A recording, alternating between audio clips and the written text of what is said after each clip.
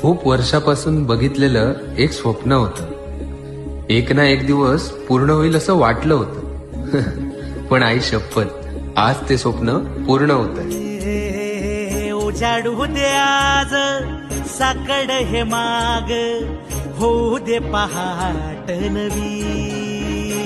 आता होऊन जाऊ दे साऱ्या जगाला पाहू दे, पडू दे पाऊल